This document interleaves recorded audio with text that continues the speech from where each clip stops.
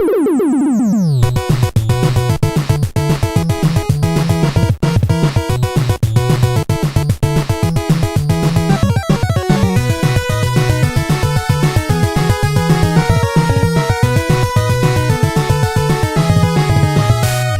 and welcome to the Amazing Nerdiverse. I'm Jeff Grant. I'm Steven Tugert. This is the podcast where we give you all of our audio editing and recording advice because we're experts. We're nothing if not professionals. Yeah. If you heard last week's episode, you know it went off without a hitch. Yep. As they all do. Flawless. Perfect sound, perfect audio. You can hear. Perfect lighting. Yeah. Perfect lighting for a video, for an audio podcast. Yep. We got it all. Got it all. We're just... Poured Mountain Dew all over the circuit boards. Yeah, we're just perfect. Perfect. Yeah. You should... All right, that'll about wrap it up for this week's episode. And I'm Jeff Grants. I'm Steven Tugert. Catch you some other Who Cares on whatever this is. I just bumped the mic as we were talking about all of our audio. We have to start over now. Hello and welcome. Nah, just keep going. This is the podcast where we talk about all things good and geeky that make up the Amazing Nerdiverse. We're talking movies, TV shows, video games, comic books, regular books. We've been talking about them lately. Mm-hmm. Before we jump into the news, I wanted to talk about, we had a screening for our film, Team Proof, this past weekend. Yep. It was the first public screening of the film. We've done these kind of things before. Screened some of our films and short films and stuff and competitions and stuff like that and get to see an audience I don't know where reaction to they it. got all those tomatoes. I don't. They sure didn't wash out easily. But no, it was fun. We screened our film at the Something Wicked Film Fest this past weekend. Had a pretty good turnout. It was a small little room, but we filled the room. They needed to go get more chairs. Yeah. So I always see that as a plus. Yep. If they weren't prepared. So that was cool. It was really cool to get everyone together. We haven't seen a lot of them in a while, like getting all these people together. We haven't seen them all together in a room like that since we shot the film.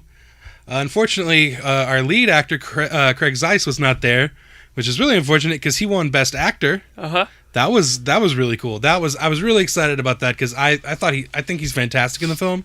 I think he really holds it all together. He's like, he's what makes the film more than just a bunch of idiots just doing sillies and stuff. I accepted it because he wasn't there. Yeah. And then when we were leaving in the parking lot, someone told me, like, congratulations. But I was like, I don't feel like correcting you. I was like, oh, thank you, sure. So you stole all his praise? Well, he could have showed up. But we actually did win something. Because there's we got into a couple of film festivals. Another one, we won Best Writing for the film. So that's me and you and Kaminsky. Mostly me. Yeah, if you think about it. Like, if you really think about it. But, I mean, that's cool. So we're technically, and I underline the word technically, we are technically award-winning screenwriters. Legally. That's legally binding. Yeah. I'm getting that shit tattooed. I'm just going to get the Leafs, thing tattooed on my back. Full back piece. But yeah, we got Best Writing at the Monkey Bread Tree Film Awards. Thought it was Beard. Beard? Are you reading it wrong or am I reading it wrong? I mean, one of us. If we're going by history, it's bread. Okay, it solves that mystery. Or did we get into two different festivals? No, yeah, so that's cool. And then we're also a finalist in the, I don't know how to say this, the Honoros something Film Awards. Who knows? We're a finalist. We're in contention for Best B Movie. Nobody knows. Which makes sense. But yeah, so this is cool. We're like, kind of, after 3 long years of working on this film, it's cool to see, like, some people are kind of interested in it and willing to say we did a good job at stuff. Which is, to get us away. Yeah, to get us to leave them alone. All right. How'd you get this number? We'll have more information on more, like, screenings and stuff if we get into more festivals. I don't know if these festivals are going to be doing any, like, public screenings or stuff like that. So we'll keep, the listeners up to date on that and let people know if it might be playing somewhere near you. And when it eventually, when we have it online somewhere, we have, somewhere where people can watch the film, we'll keep people abreast of that. All right. So now, with that bullshit out of the way, let's jump into the news. What's the news? Oh. The first story is like a follow-up to last week. We talked a little bit about The Dark Tower, and after we talked about it, This is a new report from The Hollywood Reporter is saying that former The Walking Dead showrunner Glenn Mazzara is going to be the showrunner for the Dark Tower TV series. Mm-hmm. Now, they still don't have a home for it, no network or anything like that. They're aiming for somewhere between 10 and 13 episodes. And the idea of the show is, they're going to try to have... They're going to have Idris Elba, Tom Taylor, who played the young boy, Jake Chambers, and Dennis Haysbert, who played the gunslinger's father. They're going to appear in the show, but the show's going to focus on the earlier years of the gunslinger's life, with like new actors playing those roles and stuff. And it's set up in like the first book. Like there's like a couple of chapters that are like flashbacks to his early years and stuff like that. And then in the fourth book. And the first book is called The Gunslinger. The fourth book is called Wizard and Glass. And that's like kind of a whole flashback book of like his early years and stuff. So that's what the show is going to be. And the show is supposed to, adhere closer to the, the books and everything. It's supposed to be in canon. All this stuff's supposed to be in canon. I don't know. I think I liked The Dark Tower a bit more than a lot of people did. A lot of people are shitting on it. But I had fun with it. It was not what I wanted it to be. Definitely wasn't. But like, I'm with most adaptations of books or comics or stuff like that. There's got to be, you got to, understand that it's never going to be what you want it to be, not how you picture it in your head and all that stuff, or even go into completely different genres and stuff.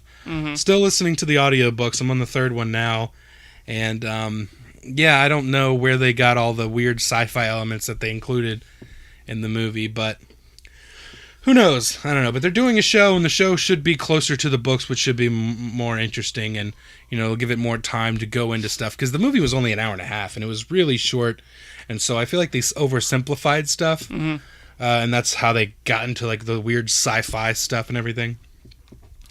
Is the show going to be on a streaming network? Well, there's no network confirmed yet, but a new streaming thing. Yeah, you'll be taking elements of the first book, the fourth book, and even there's a book called Wind Through the Keyhole, which is the last book that Stephen King wrote in 2012 of the series. It's kind of like book 4.5, so it's kind of all the early years of the character's life.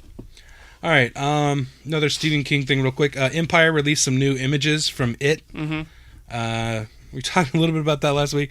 So you're not. It's not your typical. You're not a big horror guy, but this is the one that's interesting you. Yeah, I don't know why. I mean, you saw the original, right? Did you grow up with it? Were you scared of it growing up? Yeah, there's a spooky clown in the sewer. So it's weird looking back. Like everyone remembers that as such a scary movie and everything. But like I bet if you go back and watch it now, it's stupid. No, but maybe not stupid, but like just very like it was a TV movie. So like they couldn't have gotten too dark or too. Well, I think it was just the images horrific of like with it. Yeah. The simplified white face. Well, clowns, like that's all you need also, to scare some people. Also, him in a sewer. Yeah. You don't want to see a clown in a sewer. Yeah. Nobody does. Yeah, I'm really excited for it. Why is he down there? What's he doing? What's he up to? Just bumming around. What's he got going on down there? What's his game? He's just blowing up balloons. What the fuck are you doing down there? Get out of there! Don't you have a home? He's got a wife and kids at home. A wife and baby clowns. Get out of there. All right, so Deadpool 2. Last week we talked about the first look at Domino. This week we got the first look at Cable. Oh, I thought you were about to say Pizza Hut. God damn. What? You and your word association. So yeah, we got our first look at Josh Brolin as Cable in Deadpool 2. What'd you think? Good. Looks pretty awesome. Like I don't know like really anything about the character though, but he looks like him from the comics. Yeah. You at least know what the character looks like. Yeah. Yeah, I mean, Cable is he's from the future. He is the son of Cyclops and a clone or an alternate version of Jean Grey. So he's from the future and all that stuff. I don't know a whole lot about him. I just remember seeing him in like the cartoon and stuff like that. He's a cool character, but they nailed the look of him and everything. There was some new set photos with Cable and Domino. I'm getting really excited for the film because like I do love the video game too, the Deadpool video game. There was some fun interaction between them. They have a great. Did you play it? Yeah, I played it a couple times, like all the way through. I love that game. They should make a sequel to that game. They probably will. Probably, yeah. Like they should if they haven't already, they need to get on that shit with a sequel coming out. And these Deadpool movies are. The first one did well. People are really looking forward to the second one. There's a new animated series coming, which is gonna be a little different from the show. They were talking about that. Donald Glover is writing that one. But yeah, like this character is getting super popular these days, so they need to explore all avenues of like, get that character everywhere. Who would win in a fight, Spawn or Deadpool? I don't know the extent of Spawn's like. I mean, he's from hell, and I don't know if he can be killed, but Deadpool can't really be killed. I don't know. I'm only familiar with like the very first like maybe 20 issues ish of Spawn, like in like the stuff that they covered in the movie. Farting around, being sad. In the animated show, yeah, he's just kind of just being an asshole, just off in an alley with a bunch of bums. Yeah, like a little mopey monkey. What if like they turn Spawn into a monkey? I would watch the shit out of that. Like Planet of the Apes, but like with Spawn. Like when they turned Thor into a frog? Yeah. Yeah. That was good stuff. Frog Thor. Awesome. Okay, so Venom. Riz Ahmed, who was in Rogue One. He was Bodhi, the Imperial pilot that defected and everything. Yes. He's in early talks to join Tom Hardy in Venom. Okay. They're saying that the character he's in contention for is a popular Marvel Comics character. Insiders are saying that it's not Carnage. So Batman. It could be Batman. As we all know, Batman is a popular Marvel Comics character. But they're saying he's up for the same role. Up for the same role are Matt Smith, who was the 11th Doctor in Doctor Who, and Pedro Pascal, who was Oberyn Martell in Game of Thrones. Just you can stop listening there because you don't care about Game of Thrones. You're wrong, but God, I'm so depressed because this like every season of Game of Thrones has been 10 episodes, and they're on the last 2 seasons now, and there's 7 episodes and 6 episodes. They're already 4 episodes into this season already, so there's only 3 left. I'm like, God, this season we had to wait for so long. Like it's like 3 months after it usually would air or 5 months really. Yeah, like usually it would air in like March or something, and it didn't start until end of July or whatever. They don't have a magic ring that makes them invisible, do they? Yeah, everyone does. I took that clip out of last week's episode, but I separated it, so I'm just gonna drop that as like a little outtake on the YouTube channel, so you can just hear me and Steven argue about Lord of the Rings. Important stuff. Yeah, that's the stuff that's too important to go in the regular episode. Get lost in the shuffle. But I don't know what kind of character do you think that guy could play from the Marvel Comics universe? Guy in a chair. What? Guy in the chair. Guy in the chair. God, we just watched Spider-Man. Okay, yeah, all right. He strikes me as like a guy in the chair type. Yeah, but he's a Marvel. They're saying it's a popular Marvel Comics. Now Matt Smith from Doctor Who and Terminator, the shitty one. Which one? He I think he'd be an interesting Carnage or whatever. I mean, I'd like to see Riz Ahmed as Carnage, but they're saying it's not Carnage. For some reason, I don't know why. I feel like of the characters we've heard that they're talking about doing, they talked about doing Scorpion, but spoiler alert, that's already cast. I don't see him as Kraven. He's not big and everything enough to like play Kraven, but he could play like maybe Chameleon, be like Kraven's half brother. That's a character that they keep bringing up. For some reason, that's the one I'm going to in my head. But yeah, that's of the characters that they've talked about doing. I can't remember who else. There's talks of, obviously Venom and Carnage, but like Jackal. The Jackal. Jackal would be cool. I only know the name and what he looks like. Yeah. Well, I mean, he's responsible for like all the clone. The clone saga and everything. He's always cloning people. I don't know why he gotta look like a green gremlin creature to why was he called the Jackal? He didn't really look like a jackal. He just looked like he looked like a gremlin. Jackaloon. He looked like a elongated gremlin. There you go. Well, you don't want to write that over and over. You'll be laughed out of town. He laughed out of town. Like, you know how, like, sometimes we joke about, like we'll say it at first as, like, say, Idris Elba would be a great so-and-so. Yeah. And we think about it for a second, we're like, oh, that would be awesome. What about Idris Elba as, like, Wolverine? Dude, I watched the... Right? I in my Dark Tower review, I wrote that I would watch Idris Elba play my grandmother.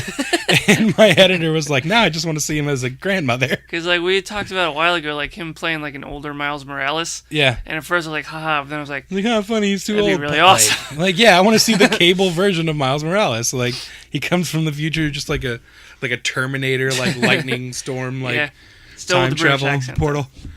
Yeah. It's like, we're all British in the future. I want to see that. I want to see that movie. Yeah, I don't know what other Spider-Man villains that dude would play. I don't know. For some reason, I'm thinking Chameleon. Dr. Octopus. Chameleon is one that you can just... Like, yeah, I know Sony's doing... Kind of a throwaway. doing this whole thing with, like, they're trying to just steal all the villains and throw them in their own universe. And it's going to fail because it doesn't have Spider-Man. I mean, so they say. Like, if the Venom movie has even just a fraction of Spider-Man in it, it's good in my book. Like, What I'm if okay it has with Miles Morales and that's who he fights? I'd be okay with that. Like, I'd accept that, but I just want to see... Because this version of Peter Parker is my favorite version of Peter Parker that we've seen in live-action film. Yeah. And I want to see that go up against like, I love the casting of Tom Hardy as Venom. Mm-hmm. So I want to see that. Like, I want to see them butt heads and everything. And Tom-Toms? I want to see those butt heads in this movie. Tom-Tom. Tom-Tom. Their names are both Tom. Oh. I thought you were... And their last names also start with H. Yeah, I thought you were talking about your nickname for Tom Hardy. No. My buddy Tom-Tom. No. Okay. I was mistaken then. Speaking of Spider-Man, there's a couple new set photos No, there from isn't. Avengers Infinity War. Okay. Why would you deny this? It says it in my notes, plain as day. I was drunk when I wrote them, but no, there's some new set photos with Spider-Man and Doctor Strange in New York. Okay. Like, we're gonna be seeing them together, just like in this little New York adventure. Mm-hmm. I love the idea of those two guys together. And remember, we were talking about how the sequel to Homecoming, whatever they end up calling it, Spring Formal, they're gonna have another MCU hero. And before we were like, I don't know, maybe I don't know if it would be Doctor Strange, but seeing them together in this, like, it would be awesome. Yeah. Dude, You can do magic and... Yeah, Mysterio is like Mysterio and Kraven versus Spider-Man and Doctor Strange. Doctor Strange would beat the shit out of Mysterio. So, I'd watch that. I just want to see Mysterio in a movie. I don't care who beats the shit out of him. I don't care if Ned beats the shit out of him. What if that dude is playing Mysterio? But then he's in Sony's web of bullshit. Well, that's what that... Yeah, I think Mysterio was one of the characters that they were talking about. And Kraven. Which, they're taking all of the best characters from what it sounds like, and what are they leaving Marvel with? It's just going to be the Shocker again? I mean, they did it pretty well with the Vulture, which I wasn't excited about at first. Yeah, I mean, I whatever didn't really they do, I'm okay with it, because Marvel knows the characters, knows what to do with them. Sony doesn't. So they're going to steal all the best characters, and Marvel is just going to have to spin shit into gold with, like, characters that no one cares about and turn them into someone awesome. Guardians of the Galaxy. Yeah. They said, hey, let me pick up this piece of garbage off the street and make $1 billion. Well, it was the comics are pretty great, but just no one really knew about them. Yeah. So. Just like us. Yeah. We're the best podcast out there. If only we had listeners. Yeah. That's not true. Listeners are overrated. We're pretty terrible. Empire has released... Leave that pause in. Okay. Empire has released some covers and some new images for... Queen size, king size, twin. What? You said they released some covers. Okay, Jesus. I can't slow my brain, like dial my brain back that low to follow your fucking A to B to C bullshit over here. Empire has released some covers of their magazines. The magazine Empire is a magazine. Dude, I'm pretty clever. Magazines have like covers. I wouldn't go that far. Pretty clever. Pretty quick. And they released some new images that reveal a couple new looks of like Thor and Loki and the Grandmaster in Thor Ragnarok. And the covers look awesome. Yeah. There's one with Thor and one with Hulk. Have you seen those? Yeah. They're like really cool, bright, crazy, colorful stuff. Like I really like the visual aesthetic that this Thor Ragnarok has.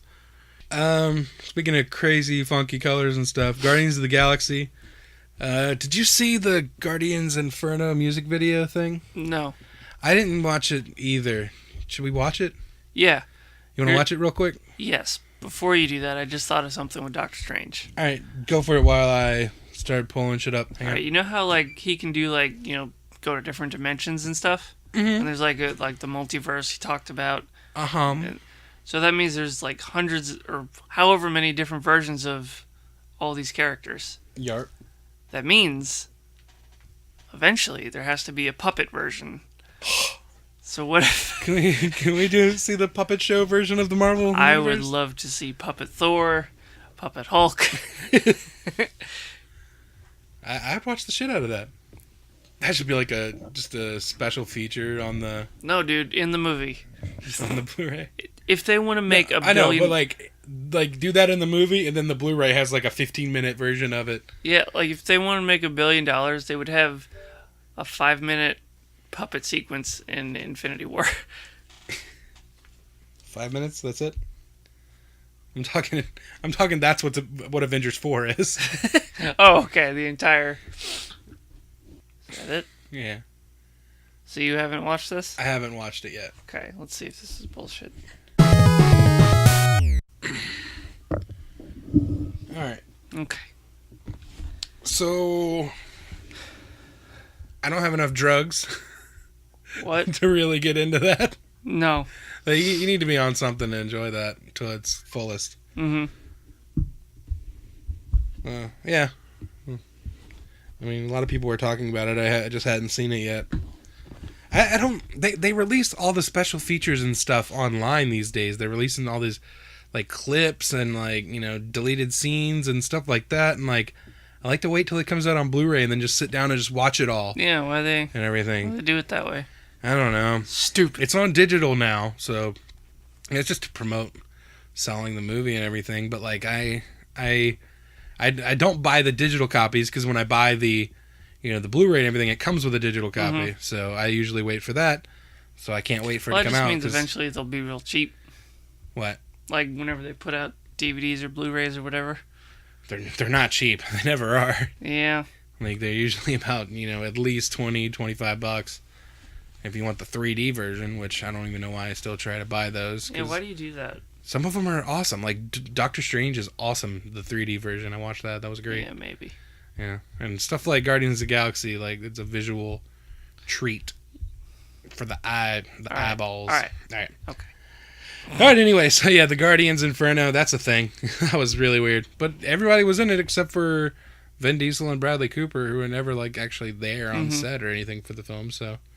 But yeah, okay, so James Gunn has been talking. I like him because he answers people's questions and stuff on Twitter and everything, and just in interviews. He's really forthcoming with like information about this whole world and the process and all that stuff, and I love it. Okay, so spoiler alert if you haven't seen Guardians of the Galaxy Volume 2, I'm going to talk about something really quick that happens at the end of that film. Remember the end credit scene with the adolescent Groot? Mm-hmm. He said that this scene is set at the same time as Avengers Infinity War. Okay. So, which is 4 years after Guardians Volume 2, because Volume 2 was like 6 months after the first movie. Mm-hmm. So that's what Groot's going to look like in the Avengers Infinity War. Okay. Which is cool and all, but like I'm kind of a little bummed because I wanted to see full grown-up Groot, so maybe him fighting some Hulk or stuff like that. But maybe, I mean, he can grow really big and do stuff. So maybe something happens in the movie where he has to, grow to full size Groot. I don't know. But James Gunn has said we've never seen fully grown adult Groot. Like even the first film, that version was more like college aged Groot. Like he knows like every I was hoping that we would see full-size adult Groot in Infinity War, but I don't know. He said that he also clarified that he said he never said that Adam Warlock or the Guardians of the Galaxy like 3000 team, like the one with like Stallone and Michael Rosenbaum, like and Ving Rhames and stuff, the Starhawk, Martin X, Charlie 27, all them. He never said that they would be in Guardians Volume 3. Okay. I think at least Adam Warlock's going to be in Volume 3. Okay. But he did want to say that he said that Marvel almost didn't want to let him use the post-credit scene with the teasing of Adam Warlock because people might think he would be showing up in Infinity War. And he said the only way that he got them to agree to let him do that is if he made it clear publicly and stuff that Adam Warlock is not in Infinity War. Mm-hmm. So, but he said, just because this stuff might not appear in Volume 3, right now they're working on building out the Marvel Cosmic Universe, and he was telling THR that there's scripts already in the works for this Marvel Cosmic Universe and everything. He said Kevin Feige and I talk about it all the time. We just had a meeting today discussing what is the next iteration of cosmic characters and where are the characters that we've already created going to go in the next batch of films. And so he's been talking, he's talked about like Guardians Volume 3 is kind of like the end part of a trilogy of these Guardians movies. So it's going to finish off some character stories, but I'm curious because I don't want to, even after 3 movies and plus 2 Avengers movies, like I still want to see where these characters go. Like luckily, like thinking about it, we're not halfway through their journey yet because they're going to appear in Infinity War at least, and then I'm pretty sure they're supposed to appear in They don't have Avengers Galactus, 4. do they? No, Fantastic He's Four. not one of those like in between ones like Ego. No. All right. Ego was they had to make a deal for Ego. Gotcha. Ego was a Fantastic Four character as well, but is Annihilus one that they own?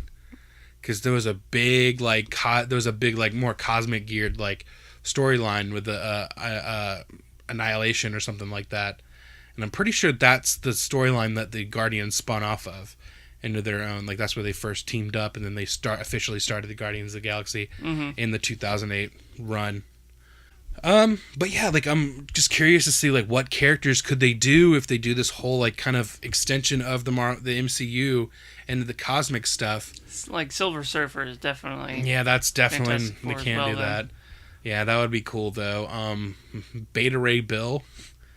I don't know. A lot of people like him. I don't understand why though. He's a cool character He's in just the like comics a moose and version everything. of Thor, right? Neat money. Do you need my money already? Because I'm more than willing to fork it over. It's like Thor as a moose. Yeah, I mean, Pretty much. Remember how excited we were about Thor as a frog?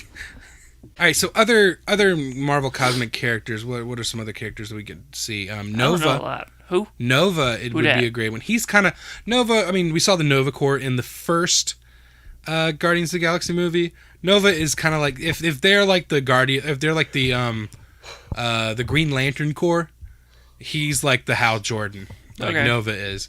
And there's the Richard Rider version, who's like the original version, and then there was what is it, Sam Raimi. Samuel Alexander, I think. He takes it up. Sam Alexander is the version in the Ultimate Spider-Man cartoon where like they had his little team. And that it was like White Tigress, Luke Cage, Iron Fist, and Nova, which is like his little team in like the early seasons of Ultimate Spider-Man. So that's the most I really know about Nova is the appearance in that. But Nova is a big character, and I could totally see them doing a solo movie of him. Maybe Adam Warlock. I mean, Howard the Duck, I guess. I doubt they would ever do a Howard the Duck movie. Can they use Jar Jar? I think so. I mean, Do a solo Jar Jar movie that's part of the Marvel Cinematic Universe. I mean, they own it. Inexplicably, I mean, within the technically company. Disney does. Right? It's all just one hand feeding the other. Like, what if Rocket like beats the shit out of Jar Jar? Wouldn't you like that? You would like that. Yeah. It's Jar Jar and Howard the Duck team up against Rocket and Groot. I mean, They beat Thanos. I do think a Rocket and Groot kind of just them two in a movie. I do see that happening. What if Howard the Duck beats Thanos? That's in Infinity War. Yeah. Howard the Duck's like a stowaway on the Milano, and like when when they least expect it, when everyone's just beaten and bloodied. Steve Rogers is just like, duck. What am I seeing? Howard the Duck runs out, picks up Mjolnir, and just throws it at Thanos. And he's like, well, we know there's 3 people in the MCU that are worthy. It's got to be Captain America that can pick it up eventually. Yeah, I mean, in the comics, I think Black Widow picked it up at one point. What? Yeah. I don't know about all that noise. Yeah, she did. I remember seeing something about that. I mean, but if they start doing stuff like that, then it's like, well, it's not as special. I mean, you don't have to be superpowered. Like, she was just worthy. In that moment, she was the worthy person. So it's not just overall worthy, it's in the moment? I mean, I don't know. Because, I mean, she's like an assassin. Yeah, but she's also an Avenger, and she's changed her ways, and she was an assassin. I mean, it says something to changing, like moving on from your past and being a good person in the moment. I'm curious then, what was their reasoning for like Steve Rogers not being able to lift it in Age of Ultron? I don't know, because he shouldn't have been able to lift it. Then no one really should be able to lift it, but Thor. Well, I mean, like, things change though. Thor becomes unworthy. Well, I mean, so besides Thor, like if Thor can become unworthy, then other people can become worthy. Like of that group, they'd be like, oh, well, who else? Like, I mean, if anyone else is going to be worthy, it's going to be Captain America. But I wish they would have done with like editing wise is like as he's a bit like it starts to move and then Ultron comes in, so you don't really get to know whether or not he's about to lift it. But you do see that it budges a little bit. I mean, he puts all of his strength into it, and it does budge a little bit. And Thor's like, he's like, oh shit. Anyway, what if they all could lift it? they're just tossing it back before they're kicking it around like a hacky sack. All right. So we're talking about Marvel and aliens and stuff. Agents of S.H.I.E.L.D. season 5. Mm-hmm. They're in their 5th season already, man. These shows, really? 5th season. Arrow's in its 6th. Like, I'm old now. Yeah, I feel old, but I mean, I always dream like, what if Arrow gets to 5 seasons and they get to tell that whole island storyline? Mm-hmm. We're past that now. We're in uncharted waters at this point. But anyway, Agents of S.H.I.E.L.D. season 5. I like Agents of S.H.I.E.L.D. I wish it was stronger, like connected stronger to the Marvel movies. Yeah. I really wish they would have had more characters from the movies crossover. So far, I think there's only been about 3 or 4. Mm-hmm. There was Kobe Smulders' character, Maria Hill. Nick Fury was in a couple episodes. That's like the biggest one they've had. Sif from the Thor movies has been in it, and then like Jasper Sitwell was like that jerk that got killed off in Winter Soldier. Mm-hmm. But right now there might be something that's kind of exciting that like could be setting up some stuff for the future. Probably not directly tied in, but it's cool. We might be seeing more of the Kree in Agents of S.H.I.E.L.D. this season. Maybe because Chloe Bennett, who plays Skye, aka Daisy, aka just a million different things. They can never give her a name and stick to it. She posted a video on Instagram just fucking around like on the set, just like doing some workout thing. And then in the background you see a guy in blue skin makeup walk by, and it kind of looked like a Kree. So that would be cool, and especially now that we know that the Skrulls are going to be part of the MCU with the, in Captain Marvel, we know the Skrulls are going to be in there. Kree Skrull War is a big thing in the comics. What's the lifespan of a Skrull? I'm not a Skrull biologist. Why? If Captain Marvel's taking place in the 90s and it's going to have some Skrulls in it. I mean, I'm assuming it'd be longer than like 20 years.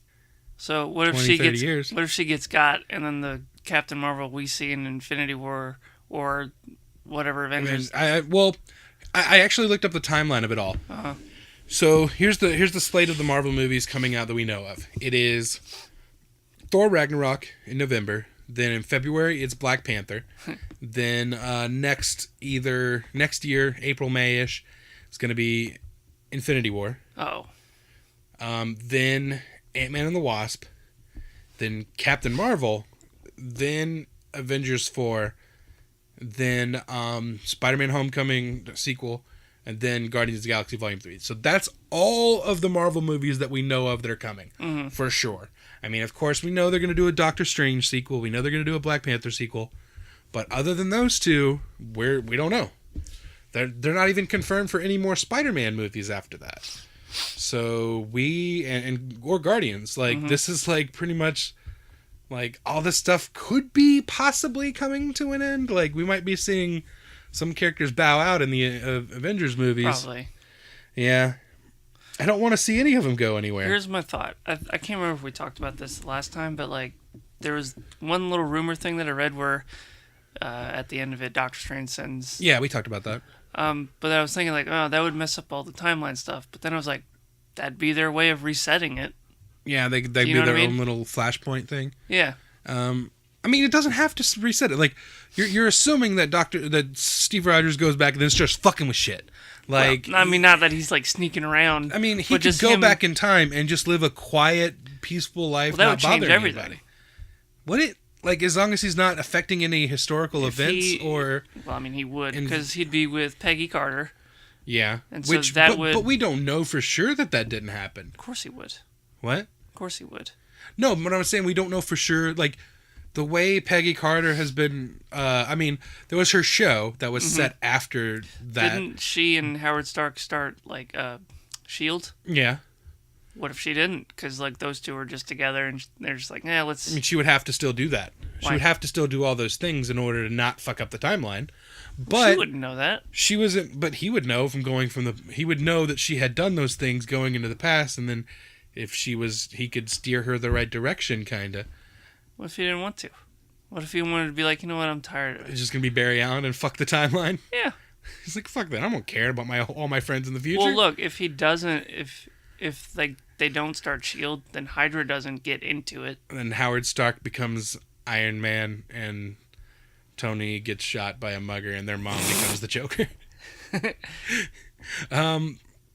don't know. I think there's a way they could do it, because all you do is they go back and he lived, like, because Peggy, you know, all we really know of Peggy Carter is she was involved in S.H.I.E.L.D.'s early years and stuff. We saw a little bit of that in the Agent Carter TV show, which I still need to finish the second season. I never watched the second season. But then, you know, and then all these years later, he came back to her. And you know, present day, and she was old and everything. And, like, they could have had a whole life together, and, you know, it wasn't mentioned. Would and she he have didn't ever know met that yet. Ant-Man? Wasn't she in the opening scene of Ant-Man? I don't know. Oh, yeah, she was. Yeah. Okay, yeah, okay. I'd like to see them do more of that. And Captain Marvel. Mm-hmm. Wasn't the first scene in Ant-Man, was that 1991? I remember there being... Maybe. Or was that Civil War that I'm thinking of? I think you're thinking of Civil War. But that scene in Ant-Man, basically... Right. You know, it was a little bit older. It was kind of early 90s, so that could be around the same era. So she would have still been involved with S.H.I.E.L.D., so she could still be involved, and she could come back in Captain Marvel. She should. Mm-hmm. Like, that'd be great to see her come back, because she's great. Mm-hmm. I really like her in that role. It's too bad her show only lasted 2 seasons, and maybe part of that is because I didn't watch the second one. Anyway, so, I mean, while we're on the topic of ABC and Marvel shows, let's talk about it. Let's talk about fucking Inhumans. I am, like, adamantly dreading this show now. Like, I was so excited because in the comics, Inhumans are fucking awesome. And they've delved into some of the stuff in Agents of S.H.I.E.L.D. in an interesting way. But it's been like, oh, this is like, this. It's like if the X-Men existed in there. But you're not seeing the main X-Men characters. You're seeing some, like, side characters that have appeared in a couple issues here and there. And stuff like that. And then like, oh, here comes the actual X-Men. And you look at it and it's like, oh, this looks like shit. Like, that's what Inhumans is for me. And, like, but anyway, I got some tidbits and stuff that might be a little more reassuring, but I don't think so. So the IMAX premiere of Inhumans is going to be 10 minutes shorter than the TV premiere. So, I mean, I do want to go see Inhumans in IMAX when it comes out, because I just want to see. I mean, the show does not look worthy of an IMAX premiere. No. It does not, but who knows? I mean, we haven't seen everything. We don't know. The ABC Entertainment chief, Channing Dungey, says Tatum. that the... What? Channing Tatum. Yeah, he's in charge of ABC now. He says that the special effects are still a work in progress. Mm-hmm. So what we've been seeing... Were they going to make that a movie at first? Inhumans? Yeah. It was on the slate, and like what it was is the guy who was... Remember, before Kevin Feige officially took over as the president of Marvel Studios, there was a different guy. Marvel Entertainment CEO Isaac Perlmutter was the guy who was running things, and Kevin Feige used to have to report to him, and then Ike Perlmutter would report to Alan Horn, who is the chairman of Walt Disney Studios. Now, Kevin Feige, in 2015, Kevin Feige, did a workaround where now he reports directly to Alan Horn. He's the president. Now he's the president of Marvel Studios, and Ike Perlmutter is still in charge of the TV division. That's like the equivalent of this. Hello and welcome to the Amazing Nerdiverse. I'm Jeff Grants. Yeah. So that's the equivalent of reaching over and turning my mic off. That's kind of what it's like. Yeah, I mean, it's like, shut that guy up. I mean, and he was the one that had such a huge boner for the Inhumans. Mm-hmm. So now we're seeing, like, and he's still in charge of the TV, so he's like, well, fuck it. We're not doing an Inhumans movie, we're going to do it on TV. And, like, Kevin Feige and them, none of them seem to give a shit about. Now, really, Inhumans should have been on the feature film because they could actually afford the budget to make it work. But he's still so excited about Inhumans. But anyway, so he said that, so ABC Entertainment Chief Channing Dungey says that the special effects are still a work in progress, specifically in regards to, like, Medusa's hair, which we didn't see much of. It looked like a terrible wig. Mm-hmm. And pretty much everything we've seen. And then in the last trailer that we saw at Comic-Con, we saw it in action a little bit more, but it's still really rough special effects, which is, to be expected. But, I mean, it's more than just the special effects. It's the set design, the costume design, all the stuff. I mean, a couple of the costume, like the hair, the wig looked terrible, but, like, there's a couple of characters that look pretty accurate or whatever. And, like, even Lockjaw, it's not finished effects, but he at least looked like Lockjaw, and the teleportation stuff worked. Also, a guy named Roll Renee, I think is how you pronounce it. He is the director of the first 2 episodes of Inhumans, which are going to be the ones premiered in IMAX. Mm-hmm. There's going to be 2 episodes that they premiere. He told Metro News that he didn't like the trailer either. The trailer was made by other people, which is usually the case. The people who make the shows don't always make the trailers and stuff. So even he's not too keen about it, but maybe that might be a good thing. Maybe there's something we're missing. Mm-hmm. Maybe all the good stuff is in the show and they saved it and didn't put it all in the trailer, which they do with everything else these days. But I don't know, man. I want this to be good. I want all of it. I want everything to be good, Mm-hmm. I'm never hoping on anything, like wishing anything to fail, but I mean, it's just a bummer that, these really cool characters. I did see something, I don't have the sources for anything. I did see something that said that Black Bolt is not going to speak at all in the first season of Inhumans. The whole season? Yeah, which makes sense, because that's kind of like that's your big move. Mm-hmm. But I don't know, like, I kind of would like because I just want to see what it looks like when it happens. Like, I've always wanted to see that in live action. Done in one of the trailers I saw, like, he gets kind of pushed or something. He goes, like a car moves. He stubs his toe? Yeah, something like that. He goes, What happens if he farts or sneezes? It's the same thing. Okay. He destroys the moon. Let's talk about some Disney stuff. There's a couple of new castings on The Lion King. I've been hearing so much about this lately. According to The Wrap, John Connie, who played Black Panther's father in Civil War, is playing Rafiki. Okay. We're just talking about that. Got a good voice. Yeah. So he should be great as that character. That's a fan favorite character that people are gonna be excited to see. Mm-hmm. So pretty much the whole cast is cast now. THR was saying that Alfre Woodard, who was also in Civil War, and she was Mariah Dillard in Luke Cage. Mm-hmm. She is going to play Simba's mother, Sarabi. And according to Jeff Snyder of the Tracking Board, Beyonce is in talks to not only voice Nala. Remember we were talking about, like, getting $25 million to do this, But it's not only to voice the character, she's also going to be providing some new music and like working on the music like Elton John did in the original film. Mm-hmm. So that's where that 25 million keeps. It's not only voicing, she's music. She's the new Elton John. Yeah. Are you a Beyonce fan? Not particularly, but I mean, I'm a Lion King fan. Yeah. So I'm hearing good things. I mean, they showed the opening scene at D23, and people are saying it's like, remember Jungle Book? How great that was? Fuck that movie. The Lion King looks awesome. Like, I'm really excited to see it. Like that in quote unquote live action should be awesome. Who would you pick to do Mufasa's voice? Either if James Earl Jones wasn't coming back. Yeah, that still strikes me as a little weird. Why? He's so perfect for it. No, I know that, but like if they're doing a whole new thing where everyone else is, yeah, you know, like if they were getting the old cast together, that'd be one thing. Yeah. I mean, don't get me wrong, that is that dude's voice. Yeah, I mean, I don't know who you would get to do it otherwise. It's just so perfect. Pauly Shore. Yeah. Simba! God. All that you see before you, buddy.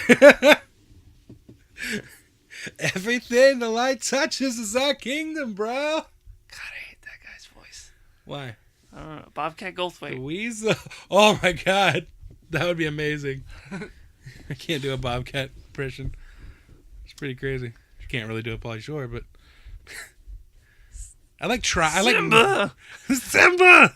Alright. We're done with our terrible impressions. The Hollywood Reporter saying that Aladdin has cast Jafar in the live-action Aladdin movie. An actor named Marwan Kenzari. Should be Jason Mantzoukas. Oh, that would be amazing. Just a wisecracking Jafar. Oh, I love that. That would be the best. I love Jason Mantzoukas. That would be fantastic. No, but this guy, Marwan Kenzari. Sorry if I'm butchering his name. He was in the remake of Ben-Hur. He was in The Mummy. He's in Murder on the Orient Express that's coming out later this year. And now he's going to be in the remake. He's always in remakes. It's like his entire IMDb is just remakes of stuff. But he's going to play Jafar. I'm still thinking, they got to get, I mean, don't they kind of have to get Kevin Hart for Iago? Like, that would be perfect. Yeah. The perfect, like, today's equivalent of that. He could totally pull that off. Or, you know, maybe get Gilbert Gottfried to play Mufasa. Now, Simba, everything the light touches is our kingdom. All right. Deadline is reporting that... Deadline is reporting that Mila Jovovich is in final talks to join the cast of Hellboy, the reboot, as the main villain, the Blood Queen. The film was called Hellboy: Rise of the Blood Queen, but apparently they dropped that title, that subtitle. Now they're just calling it the Hellboy reboot for now. I don't know what they're going to end up calling it. Maybe they thought if it has that like kind of title, it might be confused for a sequel. Mm-hmm. But yeah, I don't know. But Mila Jovovich is a good addition to that cast. This I'm excited for. So we talked before about a Judge Dredd TV show that's in the works. It's called Judge Dredd Mega City 1. Karl Urban is in talks to reprise his role as Dredd. He's had conversations with the producers and everything. The show's still a ways away, and there's no network or everything, but it's still really exciting that we might be seeing him return to that role because he played it pitch perfectly. After the Stallone, I'm the law, like bullshit. That's my favorite Judge Dredd. Because you haven't seen Dredd. Right. You haven't seen it done well. You've just seen... I saw what it's supposed to be. I saw. I know what it's supposed to look like. So, yeah. Okay. Speaking to... he was talking to a Trek movie. I think there was a Star Trek convention this past weekend. I don't know if that's what this was or not. But he said, I am in discussions with them about that. I told them that if they write the material and give Judge Dredd something to do and give him a function, I will be there. I would love to. One of the producers on the project, Jason Kingsley, told Screen Geek, he basically confirmed that they were in talking. He said, we have been in discussions with Karl about his possible involvement in Judge Dredd Mega City 1 for some time. These conversations continue, but we're keen. He's keen. It's just a case of us making sure this show is everything we want it to be. This needs to be done right. The fans deserve it. Our team is working hard on scripts for the first season. creating engaging multi-thread storylines, one of which will be Dredd's, but others which take us into the wider world of Mega City 1. Mm-hmm. See, that's one of the things. Like, Dredd was really well done. It was like more of a... It was like a small, isolated kind of thing. It was like... It was kind of like The Raid, but with Judge Dredd. It was all in this one particular tower, like this one particular like apartment block building, and they were locked into it, and so the whole thing kind of took place there. But the world that like you just see glimpses of the world, like, you know, in the scenes before they get there and stuff like that, and that stuff, it just looked great. It was like awesome, and I want to see more of that. And it's a really cool world to explore more of, and they just kind of gave you a little taste of it in the movie. But seeing it, and especially if they're bringing Karl Urban back, hopefully it would have the same visual like aesthetic and the same kind of, you know, feel of that world and everything. And that could be really cool to see more of that, because it's such just a cool world to explore more of. And like there's other characters, like I'd hope they bring back what's her name? Olivia Thirlby or something like that. Thirlby. She was a younger actress that was in the movie. She was a, you know, kind of like an ally to Dredd. She was like, I don't know if she was a full-on judge at that time or whatever, but it would be cool to see more characters in that world, and if they could bring her into the show as well, that'd be great. All right, so let's talk about some DC stuff. Spoiler alert, Wonder Woman is going to appear in Flashpoint. Okay. Forbes confirmed that. Now, a lot of people would say, well, yeah, she's in the comic, but just because something is in the comic doesn't mean it's going to happen in the movie. But that's a good sign. That's the first sign of what I hopefully to be many. I hope they make more announcements, like, because pretty much everyone in Justice League should be in Flashpoint. Almost. I mean, hopefully. Like, it would be, you would have Batman, as far as, like, the framing device of the story. You would have Thomas Wayne Batman. You would have Wonder Woman, Aquaman, Cyborg, Superman. Shazam was even in there. I don't know if he was in the comic. He was in the movie. Yeah, just the animated movie. But yeah, like I would like to. I'm really just fingers crossed that is going to keep going. Did you see that Shazam thing? The script page? No. Oh my god! All right, we're gonna have to talk. Speaking of Shazam, we have to talk about this because I thought this was hilarious. So David F. Sandberg, the guy who was directing the Shazam movie, he tweeted a picture of a script page. And this is, damn, Henry Gayden, I guess that's the writer. He said, this latest draft is perfect. Hashtag Shazam. And he released it. This is the script page, so I'm going to read it for you. Do an enactment of it. It says, exterior, town square, day. A blue and red blur zooms past in the sky. Billy Batson, which is like, if you don't know, Billy Batson is the 10-year-old that becomes Shazam. Says, holy moly, what's that? The blue and red blur zooms down and lands with a krakow on the ground. It's Superman. Billy Batson. Okay, do you know who Tawny is? Tawny is like his pet tiger. Okay. Billy Batson. Oh, is this bitch? Hold my beer, Tawny. Billy hands him a beer to the dapper tiger standing next to him. Meow, with a question mark. Shazam! A deafening thunder as lightning hits Billy and turns him into the world's mightiest mortal, Shazam. Is that how it's written? Yeah. Shazam, back for another whooping, huh? Superman, uh-oh. Superman quickly puts on a pair of glasses like a bitch. Shazam, hey, where did it go? Excuse me, Mr. Kent, did you see where Superman went? Superman, sorry, no. Wait, does your suit have a hood on it? Shazam, I don't know, does it? Shazam turns around so Superman can have a closer look.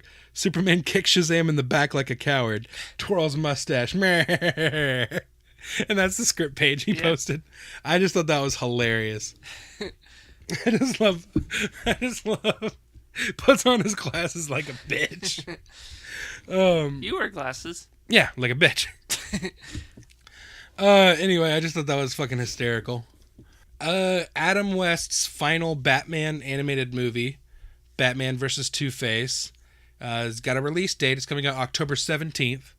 So I look forward to seeing that. I still haven't seen the last one, so I'm going to have to get that one and watch that one and then this one. Two-Face was never in the 60s Batman series, but they did a cool thing, and they got an iconic 60s TV star to voice Two-Face. William Shatner is voicing Two-Face in the animated thing, so that's cool. I believe Catwoman's in it as well, so it's going to have Batman, Robin, Catwoman, Two-Face, so So yeah, like that's exciting. Like we're gonna have one last, film of Adam West as Batman, so that's nice. Titans, they cast their first actor. Who? They cast a 13-year-old Australian actress named Tegan Croft as Raven. Okay. So we've got a Raven now. 13 is a bit young though. If they're going with like Nightwing, if he's Nightwing now, like I'm wondering how old he is. I mean, he's supposed to be working with from what I heard, there was rumors of him working for the Bloodhaven Police Department and stuff like that. Now, if he was still Robin, I think a 13-year-old would. I mean, unless he's just older and the other ones are younger, and he's kind of like their. I mean, it's okay if he's a little bit older, but like, I mean, I'd imagine Nightwing like in his 20s and stuff. Yeah, Nightwing. What is he running around with a 13? I mean, I guess he's following in Bruce's footsteps, running around with like a 13-year-old kid. Yeah. But I mean, not to say that she can't handle herself. Raven's a badass.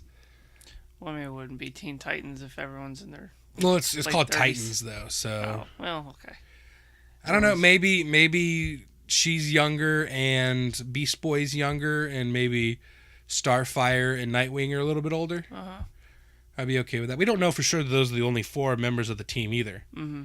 But I mean, they can't have Cyborg, even though I wish they could. I mean, there's going to be a movie version of Nightwing too, so why can't they have both? I just hope they put this in the same stuff as the Arrowverse. It's not going to be on the CW, but in the same multiverse at least. You didn't watch Glow, did you? No. It's a good show. Okay. I really like it. An actress from Glow, Sadell Noel, has joined Arrow this season. She's going to play an FBI agent named Samandra Watson. I don't know if that's a typo on my part or if that's the name. Samandra doesn't look like a real name, but whatever. She's going to be investigating Oliver Queen's connection to the Green Arrow. So finally someone's like, wait a minute. Mm-hmm. I mean, they've kind of done that a little bit, but they're always like, no, of course not. Like, she's going to be, like, it sounds like she's going to be a reoccurring character throughout this season that's going to be a pain in Oliver Queen's dick. But, yeah, so last week we talked about the Elongated Man and the Flash, and you were talking about Identity Crisis, and I want to read it again because I haven't read it in a while. But you suggested, what if they do Identity Crisis and stuff? And I don't know if you meant it in the context of like this year's crossover, but I started thinking about it and I was like, maybe they could do Identity Crisis for the crossover. Yeah, you got a lot of characters to choose from. Yeah, I mean, who were the crucial elements of that storyline? I know Elongated Man was. Green Arrow and the Flash talk a lot. They're in it? Yeah. Adam, nice. Trying to think of some of the others. Elongated Man, obviously. Yeah. And then, like, they just kind of mention Batman a little, and Superman a little, and Wonder Woman a little. Yeah. Wonder Woman, like, you could do that without her, because she only shows up for, like, one thing. Yeah, you wouldn't really need any of the big 3, though, in the storyline. The presence would be just, you could just talk about it. Yeah, but you know what I mean? Like, if they did it in the CW world, they would do it with all the characters that we know. Mm-hmm. But yeah, I started thinking about it because I remember. I think it might be a good contender for the crossover. Like, I remember they said something about didn't they say something about they're not doing Aliens this year? They're not doing another invasion-like storyline. Yeah. So, and I think I remember hearing them say something about make it more character based. Yeah. So, Identity Crisis would be a good call. I still don't remember all the details of it, but something fucked up happens to Elongated Man's wife. Yes. Yeah, we'll have to talk. I mean, if they end up doing that, I don't want to go in depth of the details of what the story was, but I remember loving that comic because it was really dark and everything, and I just like the, what do you call it, the behind the curtain talking between Arrow and the Flash on that one. Yeah, but my only question is, it's not anything big that you would need all the superheroes together to fight something, is it? It's not really that sort of story? No, it's more like a mystery. Yeah, which could be really cool to see them go that direction. Yeah. It's like in, I remember when of course it wasn't, but when they were talking about Avengers 2, yeah, we're talking a little bit about how it's going to be kind of a smaller movie than the first one. Uh-huh. And it was going to be more... It wasn't. And it was going, instead of getting bigger, it was going to go more inside the characters and stuff. Yeah, they didn't do that. Yeah, not really. But it would be cool if they did something like that with this year crossover. My only question is, why would you need Supergirl? Because she's going to be a big part of it. She could take the place of Superman in the thing. Yeah. I got to read it again. Yeah. I don't know. You have it, right? Yeah. I don't think I do. You can bring it next week. Yeah, I can bring it. I want to read that. All right, one last thing. Defenders. This is the last week before Defenders starts. Finally. Yeah. I mean, I'm rewatching all the shows. I'm pretty much exactly at the halfway mark. I think I'm on episode 7 of Daredevil season 2. So, like, I still got rest of Daredevil and then Luke Cage and Iron Fist. I think I'm going to make it. I got about a week and a half to get there. Or like a week, but I can do it. So yeah, there was some a new poster and some new images and stuff that dropped last week and everything, and I'll throw those up, as we're talking. But so basically, I just wanted to talk real quickly about the shows to date and what we're looking forward to this season. It all started out with Daredevil season 1, black costume, fighting the Kingpin. We got to see basically the birth of Daredevil, which was really cool. Yeah. That Daredevil, I think, is the strongest of all the shows. Mm-hmm. It's easily the strongest. I really like Jessica Jones as well, but Daredevil has just been amazing so far, beginning to end, all of it. And even with a black costume, I watched 13 episodes of that show and didn't get tired of the black costume. I mean, I was getting antsy, going, I can't wait for him to put on the actual Daredevil costume and to see it in live action again. But it was cool. And then season 2 introduced some big things into that world, Punisher, which is getting his own Netflix show. He's getting his own show now, and that's going to be really cool. Elektra, who is a big part of Daredevil's world in the comics, the Frank Miller, introduced her and everything. And then the Hand, which is a big part of Daredevil's world, and it's also going to be a big part of the Defenders. So they set that up really well, I thought. Anything while we're talking on Daredevil real quick, anything that sticks out to you, any particular things from that show that Daredevil? that you really liked? I just like that he's very human. Yeah. And I'm just curious how much they obviously his reflexes and his ability to kind of see without seeing are heightened, but I want them to show me how is he extra strong anywhere? You know what I mean? I think he's just a regular dude. I think he is. That's what's cool. He's got those extra sensory abilities, but not necessarily super strength. I mean, rewatching it again, I noticed every episode he's getting the shit kicked out of him. Yeah. And then there's always that shot of him getting back off the ground and just blood pouring out of his mouth. Just I really like picking himself back up. In the middle of a big fight, you'll see him kind of stop for a second, be really tired, and then jump back into it. Yeah, I love that. Yeah. Yeah, they do it so well. That's what this character would be, and it's just I love every aspect of that show, man. Even Elektra, Elektra kind of at first, the way she talked, there was some things just that kind of nose in the air kind of, they kind of bugged me at first, but that's Elektra, man. She's from that world, that rich world and everything, and that's what I'm on now when they first start getting into the Elektra stuff and my rewatch. But yeah, I can't wait to see where they go with the future of Daredevil in this show, because there's so much more cool stuff they can do with Bullseye and bringing back Kingpin. They could do the Born Again stuff, all that stuff would be really cool. And there's little things that they're Melvin Potter, the guy who makes his costume. He becomes a gladiator in the comics. He's a villain. He's kind of you see a little bit when he first meets him and fights him and everything, and he's you start realizing, oh, this guy he's kind of developed. Yeah, he's simple. Yeah, and he's got this caretaker Betsy and everything that he talks about, and it's just so cool. And something bad's gonna happen to Betsy, I think, and he's gonna go off the deep end because Daredevil promised nothing bad would ever gonna happen to Betsy. And yeah, and and then in the season 2 when he comes back to get his new after Punisher shoots him in the head, and he gets a new helmet made, he's look, I got he shows him he's got little armor and stuff himself, Anyway, that was cool. Jessica Jones. Did you ever watch all of Jessica Jones? No. I really like Jessica Jones. It's my second up there after Daredevil, and like I know a lot of people were mixed on it, but I thought it was so well done. I read the comics, like, and that was the cool thing is like the Alias comics weren't a lot. Yeah. So it was easy to get through them all pretty quickly before the show, and like I think they did such a great job of pulling it together. Kilgrave was awesome. Mm-hmm. David Tennant was fantastic as that character. You get to meet. This is where you meet Luke Cage and everything, and he's cool. He's kind of like a dick in like episode 6 or whatever. He's kind of like he's when he learns about Jessica Jones' history and everything. If you haven't seen it all, but and then they have a great fight. Luke Cage is controlled by Kilgrave, and they fight, and it is awesome.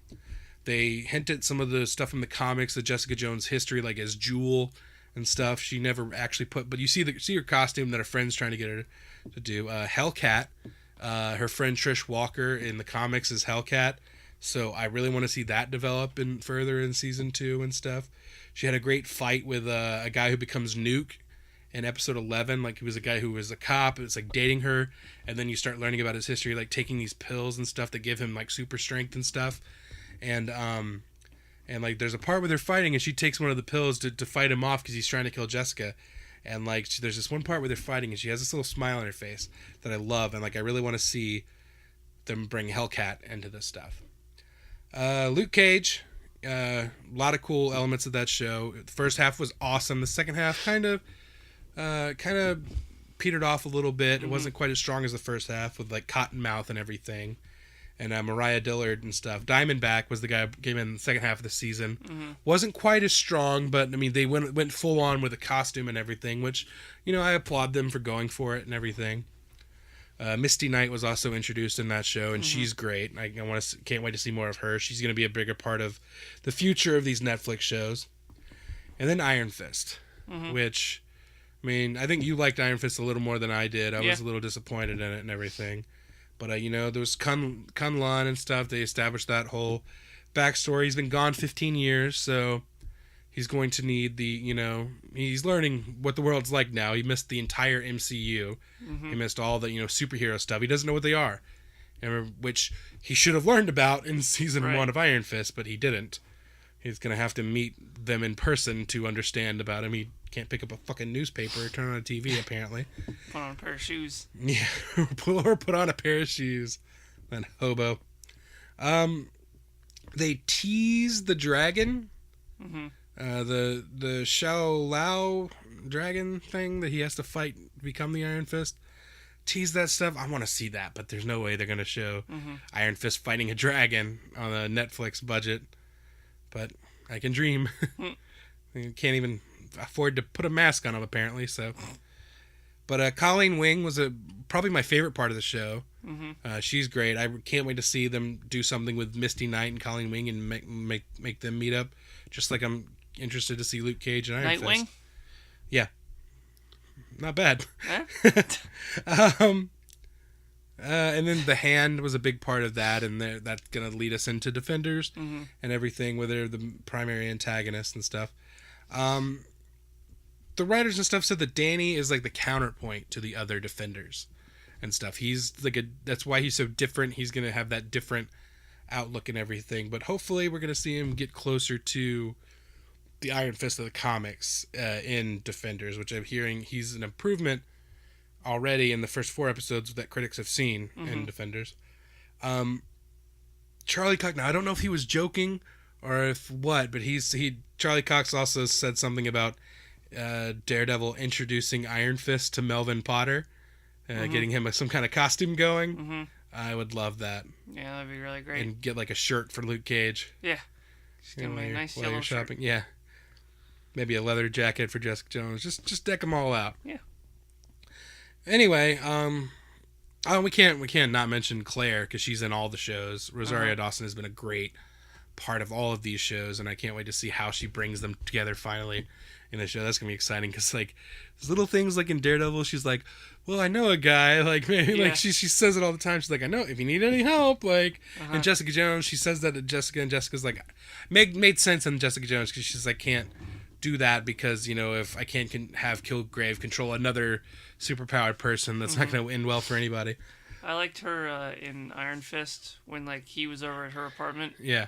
And then, like, she let him borrow, like, a t-shirt. Yeah. But it had all, like, these bullet holes in it. It's Luke Cage's shirt. Yeah. And Iron Fist is like, is your friend all right? Yeah. She's like, yeah, he's fine. So, yeah, anything else in particular you're looking forward to seeing in the Defenders? Just them fighting. That's it. Each other and everyone else? No, just a bunch of ninjas. You don't like when the heroes fight each other, do you? It depends. No, I don't like it, actually. I've had enough. You want all your friends... You just want everyone to be friends? Yeah. I want Iron Fist to use both hands with the yellow thing, not just one at a time. Yeah. It's a little annoying. Maybe I don't know, maybe he's further along. I think he was a little more conflicted and stuff in Iron Fist, so maybe he'll get through that in this show. Sigourney Weaver, I'm looking forward to seeing her. Mm-hmm. Like, I'm hearing she's really good in this show. We'll see. You love Sigourney Weaver. Why are you taking this stance all of a sudden that Sigourney Weaver has to prove herself to you? It says she has to prove herself to me. That's the attitude you have about it. I said one time that I think she's going to be a good villain. You said, based on what evidence? Like, you shit down my fucking throat about it. All right, anyway. If you like this episode, please do us a favor and subscribe to The Amazing Nerdiverse on iTunes or your favorite podcatcher app. And most importantly, leave us a review. That's the most important thing you can do to help us out and help people find this show. If you're watching on YouTube, like this video and subscribe to our channel and leave a comment down below. Share this show with your friends on social media. On Facebook, we're on facebook.com/TheAmazingNerdiverse. On Instagram, we're at Amazing Nerdiverse. And on Twitter, I'm at Jeff_Grants. I'm at Steven Tukert. And we are at Nerdiverse Pod. And finally, go to TheAmazingNerdiverse.com for all that and very little more. And until next time, I'm Jeff Grants. I'm Steven Tukert. We'll see you right here next time in The Amazing Nerdiverse. Alfred's talking to Green Lantern. Hit him!